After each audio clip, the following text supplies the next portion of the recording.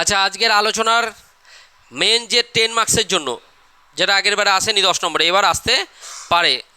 আগের দিন আলোচনা হয়েছে কি উদারনীতিবাদ, তারপরে কি হয়েছে নয়া উদারনীতিবাদ, এরপর আজকে আলোচনা কি হবে সমাজতন্ত্র। রাষ্ট্রবিজ্ঞানের দুটোই দৃষ্টিভঙ্গি পরস্পর, একটা হচ্ছে উদারনীতিবাদ আর একটা হচ্ছে মার্ক্সবাদ। উদারনীতিবাদ কাদের সাপোর্ট করে?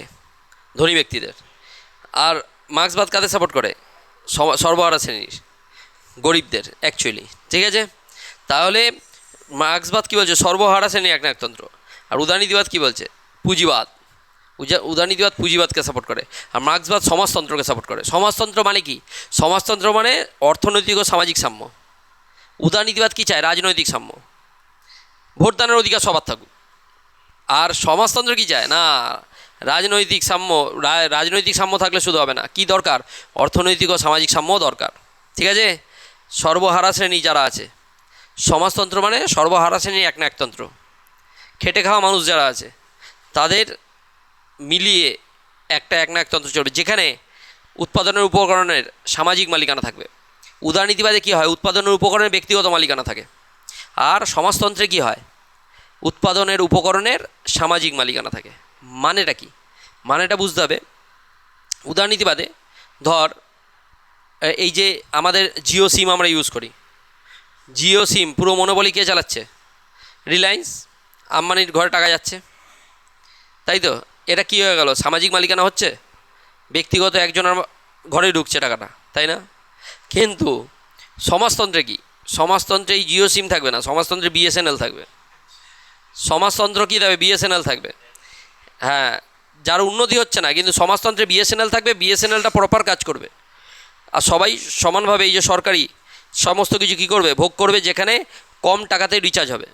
বুঝতে পেরেছো কী বললাম? আজকের দিনে দাঁড়িয়েও বিএসএনএল কিন্তু 110 টাকায় রিচার্জ হচ্ছে, মোবাইলটা চালানোর জন্য রিচার্জ হচ্ছে। এইবার গ্রামে ওই সব জায়গায় নেটওয়ার্ক নেই, সেটা আলাদা বিষয়, সমস্যা রয়েছে।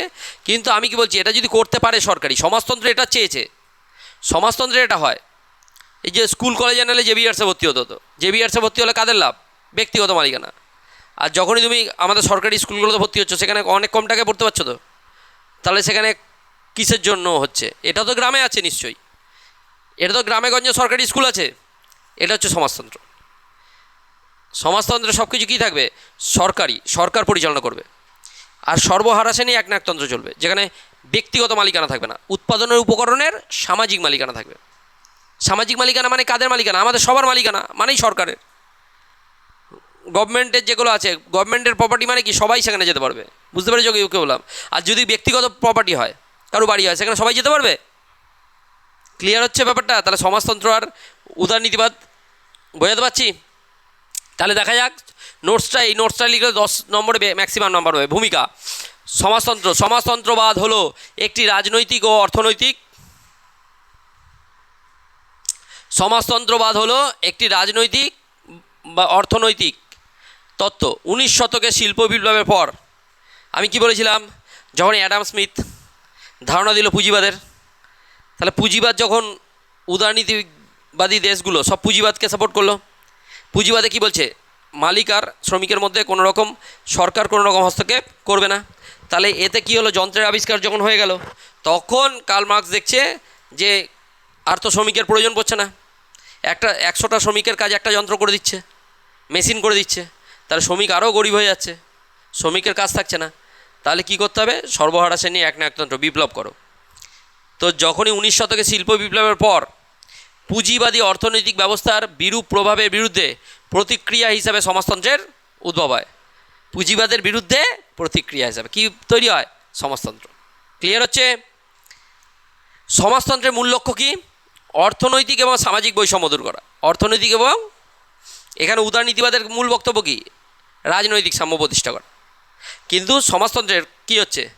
অর্থনৈতিক ও সামাজিক বৈষম্য দূর করা এবং একটি শ্রেণীবিভাগহীন সমাজ প্রতিষ্ঠা করা, যেখানে সকলের সমান অধিকার ও সুযোগ থাকবে। বোঝাতে পারছি? সমাজতন্ত্র যত কম্প্যারিজন করে পড়বি, তত বেশি সুবিধা হবে বোঝার জন্য। এবার সংজ্ঞা, সমাজতন্ত্রবাদ হলো এমন একটি অর্থনৈতিক বা রাজনৈতিক ব্যবস্থা যেখানে উৎপাদনের উপকরণ যেমন জমি, কারখানা এবং অন্যান্য সম্পদ ব্যক্তিগত মালিকানার পরিবর্তে কী হবে? সমাজ ও রাষ্ট্রের মালিকানা থাকে। তাহলে ব্যক্তিগত মালিকানা পরিবর্তে কী থাকবে? সামাজিক মালিকানা। ঠিক আছে, ব্যক্তিগত মালিকানা কোথায় থাকে? উদারনীতিবাদে বা পুঁজিবাদে। ব্যক্তিগত মালিকানা কোথায় থাকে? পুঁজিবাদে, ক্যাপিটালিস্ট সোসাইটিতে। ঠিক আছে, অসুবিধা আছে? এই ব্যবস্থায় সমাজের প্রতি সদস্য তাদের শ্রমের ভিত্তিতে, সবাই শ্রমের ভিত্তিতে প্রয়োজনীয় সুবিধা লাভ করবে। যে যতটা পরিমাণ কাজ করবে সে ততটাই পারিশ্রমিক পাবে। বুঝতে পেরেছ? কিন্তু পুঁজিবাদে তা না। পুঁজিবাদে উদ্বৃত্ত মূল্য তত্ত্ব দেখিয়েছে কার্ল মার্কস। বলছে পুঁজিবাদে কী হয়, একটা শ্রমিক একটা পেন উপার্জন করলো 8 ঘন্টা পরিশ্রম করে, তাকে 2 ঘন্টা পারিশ্রমিক দেওয়া হলো, বাকি 6 ঘন্টা পারিশ্রমিক মালিক ভোগ করলো। এটাই উদ্বৃত্ত মূল্য তত্ত্ব।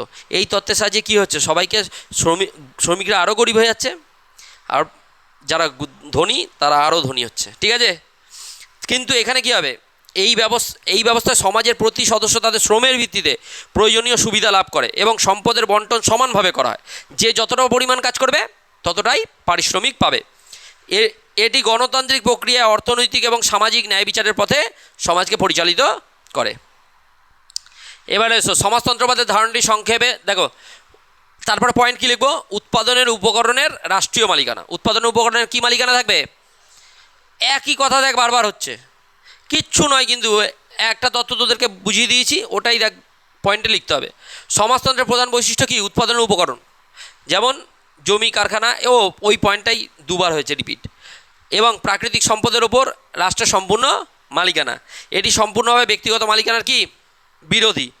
এর মূল উদ্দেশ্য হলো রাষ্ট্রের নিয়ন্ত্রণের মাধ্যমে জনগণের মধ্যে সম্পদের সমান বন্টন নিশ্চিত করা। এটা হচ্ছে সংজ্ঞার 1 নম্বর পয়েন্ট। তাহলে বুঝতে পারলে উৎপাদন উপকরণের রাষ্ট্রীয় মালিকানা। 2 নম্বর পয়েন্ট কি? কেন্দ্রীয় পরিকল্পনা। কি পরিকল্পনা? কেন্দ্রীয় পরিকল্পনা। অর্থনীতি উন্নয়নের জন্য কেন্দ্রীয় পরিকল্পনা একটি অত্যন্ত গুরুত্বপূর্ণ উপাদান। সমাজতন্ত্রের এই কেন্দ্রীয় পরিকল্পনার মাধ্যমে উৎপাদন ও বন্টনের পদ্ধতি নির্ধারণ করা হয়। এর প্রধান উদ্দেশ্য হল সমাজের সকল সদস্যের মৌলিক চাহিদা পূরণ করা। 2 নম্বর পয়েন্ট হয়ে গেল। 3 নম্বর পয়েন্ট, শোষণহীন সমাজ। কি পয়েন্ট? কোনো সমাজতন্ত্রের কি থাকবে না? শোষণ থাকবে না। কেন? প্রাইভেট প্রপার্টি তো সব ধ্বংস করে দিচ্ছে বিপ্লব করে। ঠিক আছে, ক্যাপিটালিস্ট সোসাইটি যতক্ষণ না পরিবর্তন হবে ততক্ষণ সমাজতন্ত্র আসবে না। তাহলে সমাজতন্ত্র একটি শোষণমুক্ত সমাজ গড়ার প্রতিশ্রুতি দেয়। ঠিক আছে, এই ব্যবস্থায় শ্রমিকরা তাদের কাজের ন্যায্য মূল্য পাবে, মানে যে যতটা পরিমাণ কাজ করবে ততটাই পারিশ্রমিক পাবে। এবং পুঁজিবাদের আধিপত্য চিরতরে বিলুপ্ত হবে। পুঁজিবাদের আধিপত্য কী হবে? চিরতরে বিলুপ্ত হবে। অর্থাৎ সমাজতন্ত্র সকলের জন্য সমান অধিকার ও সুযোগ সৃষ্টির ওপরে জোর দেয়। তাহলে পারা যাবে? অসুবিধা আছে? অসুবিধা নেই। এরপরে 4 নম্বর পয়েন্ট, সাম্যবাদ। সাম্যবাদ মানে কি? কমিউনিজম। সমাজতন্ত্রে কী প্রতিষ্ঠা হবে? শোষণহীন সমাজ, শোষণ থাকবে না। সাম্যবাদে কী হবে? কোনো শ্রেণীও থাকবে না, কোনো শ্রেণীও থাকবে না। এবার সাম্যবাদে কী হয়? সাম্যবাদে যে যতটা পরিমাণ সামর্থ্য অনুযায়ী কাজ, কিন্তু প্রয়োজন অনুযায়ী ভোগ। সামর্থ্য অনুযায়ী কাজ আর প্রয়োজন অনুযায়ী ভোগ মানে তো যতটা সামর্থ্য আছে উপার্জন করা করলেই, কিন্তু যখন ভোগ করবি তো যতটুকু দরকার ততটুকু করলে বাকিটা ব্যাংকে রাখা যাবে না, সেটা সবাইকে আবার ভাগ করে দিতে হবে। এটা হচ্ছে মেন ব্যাপার। বুঝতে পেরেছিস? তাহলে সমাজে কী থাকবে না? তাহলে বড় লোক, ওই ধনী ব্যক্তি থাকবে না। এটা হচ্ছে সাম্যবাদ। সমাজতন্ত্র সাম্যের নীতি কঠোরভাবে অনুসরণ করে। এর মাধ্যমে সমাজে ধনী ও গরিবের মধ্যে পার্থক্য কমিয়ে আনা হয়। ধনী গরিবের মধ্যে এই অর্থনৈতিক বিভাজন মুছে ফেলে একটি প্রকৃত সামাজিক সাম্য প্রতিষ্ঠা করা। ঠিক আছে, সাম্যবাদের পরে কল্যাণমূলক রাষ্ট্র। রাষ্ট্র সবসময় কী করবে? কল্যাণই করবে। সমাজতান্ত্রিক রাষ্ট্রের সরকারের প্রধান লক্ষ্যই হলো জনগণের কল্যাণ নিশ্চিত করা। রাষ্ট্রের নিজস্ব ব্যবস্থাপনার মাধ্যমে প্রতিটি নাগরিকের জন্য বিনামূল্যে বা সাশ্রয়ী মূল্যে স্বাস্থ্যসেবা, শিক্ষা, খাদ্য ও বাসস্থান নিশ্চিত করা হয়। এটা কোথায়? সমাজতন্ত্রে। সব সরকার করবে। রাষ্ট্র কীরকম ভূমিকা নেবে? কল্যাণকর। রাষ্ট্র কীরকম ভূমিকা নেবে? কল্যাণকর। অসুবিধা আছে? এবার সমালোচনা চলে এসো। ক্ষমতার কেন্দ্রীকরণ। সমাজতন্ত্রে কী হয়? ক্ষমতাটা এক জায়গায় চলে আসে। সমাজতন্ত্র আন্দোলনের জন্য শুনতে ভালো লাগে, কিন্তু সমাজতন্ত্র যখন যায় চীনে, দেখবি জিনপিংয়ের কথাই সব। ওখানে সরকারের বিরুদ্ধে কেউ আর কথা বলতে পারবে না, ডিক্টেটরশিপ চলে। রাষ্ট্রই তো সব চালাচ্ছে, তা রাষ্ট্রের উপরে যারা যায় তারাই ডিক্টেটর হয়ে যায়। উদারনীতিবাদে তা হয় না। উদারনীতিবাদে ব্যক্তি স্বাধীনতা বেশি। একজন নিচুতলার মানুষও সে কথা বলতে পারে। সমাজতন্ত্রে আবার সেটা হয় না। বোঝাতে পারছি অসুবিধা আছে? সমাজতান্ত্রিক ব্যবস্থায় সাধারণত রাষ্ট্রের হাতে সমস্ত ক্ষমতা কেন্দ্রীভূত হয়, তাই তো, যা কর্তৃত্ববাদী শাসনের জন্ম দিতে পারে। আর সেটাই হয়, জন্ম দিতে পারে মানে কি, ওই যে রাশিয়া, চীন বা নর্থ কোরিয়া সব কর্তৃত্ববাদ, ডিক্টেটরশিপ চালায়। বুঝতে পেরেছো কী বললাম? অতিরিক্ত কেন্দ্রীভূত, এখানে কেন্দ্রীকৃত ক্ষমতা দুর্নীতির সুযোগ সৃষ্টি করতে পারে, যা সাধারণ মানুষের গণতান্ত্রিক অধিকার কী করে, ক্ষুণ্ণ করে। আরেকটা সমালোচনা কি, দক্ষতার অভাব। সমাজতন্ত্রের কেন্দ্রীয় পরিকল্পনার মাধ্যমে অর্থনীতি পরিচালিত হওয়ার কারণে এর মধ্যে প্রায়ই দক্ষতার অভাব দেখা দেয়। বাজার ব্যবস্থার অনুপস্থিতিতে অর্থনৈতিক কর্মকাণ্ডের চাহিদা ও সরবরাহের ভারসাম্য ঠিক রাখা অত্যন্ত কঠিন হয়ে পড়ে। ঠিক আছে, তাহলে দুটো সমালোচনা দিলে এনাফ। 3 নম্বর, ব্যক্তি স্বাধীনতার ব্যক্তিগত স্বাধীনতার কী হয়, অভাব দেখা দেয়। আমি তো বারবার বললাম সমাজতন্ত্র মানেই কী হবে, ব্যক্তি স্বাধীনতার অভাব। উদারনীতিবাদে কী হয়, ব্যক্তি স্বাধীনতা বেশি। এই পয়েন্টগুলো কিন্তু লেখা যাবে, বুঝতে পারলেই লিখতে পারবে। হ্যাঁ, সমাজতান্ত্রিক ব্যবস্থায় ব্যক্তির স্বাধীনতা কি সীমিত হতে পারে, কারণ এই ব্যবস্থায় ব্যক্তিগত মালিকানা এবং ব্যক্তিগত উদ্যোগের ওপর রাষ্ট্রের কঠোর নিয়ন্ত্রণ থাকে, যা মানুষের স্বতঃস্ফূর্ত বিকাশকে বাধাগ্রস্ত করে। এইবারে নৈতিক অনুপ্রেরণার অভাব। এতগুলো পয়েন্ট দেওয়ার দরকার নেই, 3টে দিলে এনাফ।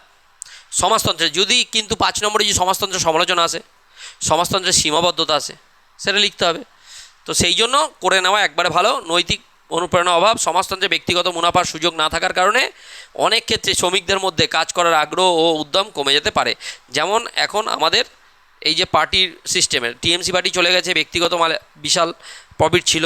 এইবার বিজেপি পার্টি এসছে, বিজেপি পার্টির তো আলাদাই মতাদর্শ, কিছু করার নেই, ব্যক্তিগত ইনকাম হবে না, সবাই সেবা করে যাও, টাকা পয়সা কিছু পাবে না। আর তাহলে কতদিন পার্টি করবে মানুষে, ব্যক্তিগত মুনাফা যদি না থাকে? ওই আরএসএসের মতাদর্শ নিয়ে চলতে হবে। ব্যক্তিগত মুনাফা নাই, পার্টির পিছনে ঘুরতে ঘুরতে দেবে ছেলেরা, আর মুনাফা পাচ্ছে না, যাবে না। আর দরকার নেই, এইখানে চলে এসো। মূল্যায়ন। উপরোক্ত সমালোচনা থাকা সত্ত্বেও সমাজতন্ত্রের গুরুত্ব কোনোভাবেই অস্বীকার করা যায় না। এটি সমাজে সমতা ও ন্যায় বিচার প্রতিষ্ঠার একটি অত্যন্ত শক্তিশালী ধারণা, যা পুঁজিবাদের সীমাবদ্ধতাগুলোকে কী করে, পুঁজিবাদের সীমাবদ্ধতাগুলোকে চ্যালেঞ্জ জানায়। এর মাধ্যমে ধনী ও গরিবের মধ্যে অর্থনৈতিক বৈষম্য কমানো যায় এবং একটি ন্যায়সঙ্গত সমাজ গঠন করা সম্ভব হয়। তাহলে আবারও বলছি, সমাজতন্ত্রকে জানতে গেলে আগে উদারনীতিবাদকে জানতে হবে। উদারনীতিবাদ যখনই জানাবো, সমাজতন্ত্র আমাদের কাছে কী হয়ে যাবে, ইজি হয়ে যাবে। রাষ্ট্রবিজ্ঞানে দুটোই পরস্পর দৃষ্টিভঙ্গি, একটা উদারনীতিবাদ, একটা মার্ক্সবাদ। উদারনীতিবাদ পুঁজিবাদকে সাপোর্ট করে, মার্ক্সবাদ সমাজতন্ত্র প্রতিষ্ঠা করতে চায়। বুঝতে পেরেছো কী বললাম? এরমভাবে পার্থক্য করে পড়লে একদম থট ক্লিয়ার থাকবে। ঠিক আছে, উদারনীতিবাদ ব্যক্তি স্বাধীনতাকে প্রতিষ্ঠা করে। ইন্ডিভিজুয়াল ব্যক্তি যত বড় লোক যত হবে কোনো ব্যাপার না, নিজের ট্যালেন্টে সে বড়লোক হয়ে যাক। সমাজতন্ত্র কী করে না, ব্যক্তিগত মালিকানা থাকবে না, উৎপাদনের উপকরণের সামাজিক মালিকানা হবে। এখানে উৎপাদনের উপকরণের ব্যক্তিগত মালিকানা হচ্ছে, আর এখানে উৎপাদনের উপকরণের সামাজিক মালিকানা, যেটা সরকার পরিচালনা করবে। সরকার পরিচালনা করলে সেটা কার থাকবে, পাবলিকের, পাবলিক প্রপার্টি। আর প্রাইভেট প্রপার্টি কাদের, ব্যক্তিগত মালিকানা। তাহলে উদারনীতিবাদ আর সমাজতন্ত্রের মধ্যে ডিফারেন্স বুঝতে পেরেছো? আর সোশ্যালিজম কমিউনিজমের মধ্যে ডিফারেন্স বুঝতে পেরেছো? সোশ্যালিজমে যে যতটা পরিমাণ কাজ করবে ততটাই পারিশ্রমিক পাবে, আর কমিউনিজম সাম্যবাদে সামর্থ্য অনুযায়ী কাজ করবে কিন্তু প্রয়োজন অনুযায়ী ভোগ করবে। তাহলে সমাজে কী প্রতিষ্ঠা হবে, অর্থনৈতিক সাম্য। কেউ যদি ব্যাংকে নাই জমায় তাহলে সে আর বড়লোক হবে কোত্থেকে, সবাই সমান তো। ক্লিয়ার হচ্ছে?